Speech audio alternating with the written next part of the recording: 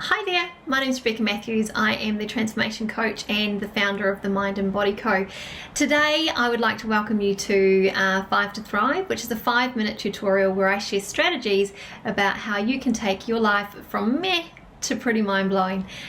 Today's strategy I would love to share with you is from Amy Landino, and it's a strategy around changing our language and the power of language.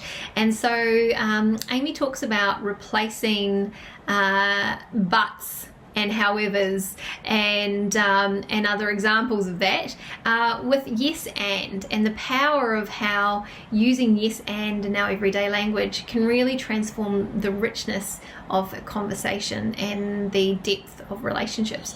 So yes and is a really powerful alternative to adopt in our language, and when we replace words like but, however, yeah, nah, etc., what we get is more of an openness and a willingness to communicate, and it shares that we are more open to hearing what the other person is wanting to say. So if you could imagine someone saying to you, I love you, but kind of negates everything, and we know this, right? We know that but negates everything that came before it. But what's really powerful is if someone said to us, I love you, but I really wish you'd put your phone down. That's basically taking away any ability for there to be any unconditional love. It says that, I love you, but there's always going to be something that stops me really connecting with you.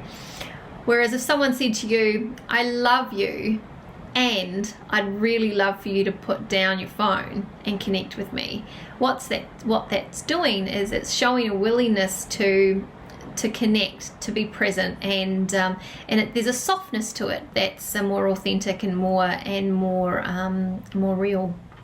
So simple exchange of words. So replacing no, however, yeah, nah, or any other form of shutting down of a conversation. If somebody's sharing information with you that you're not going to take on board, that's okay, but it's their perspective and you should respect it. So you don't need to shut it down. You can just say, okay, and my ideas are this, and my perspective on this particular subject is different, and that's okay. But when we say no or but, it basically it says you don't value what they're contributing to the conversation and you don't appreciate their perspective. So that's a shutdown of communication immediately, and that person will immediately have that in their mental filing cabinet that says this person doesn't hear me, and they don't validate what it is I have to say.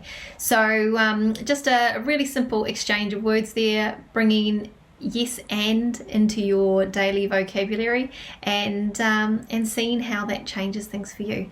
So I would love to hear if you've put this into play, if you've heard it before, and you've implemented it and how that's worked out for you.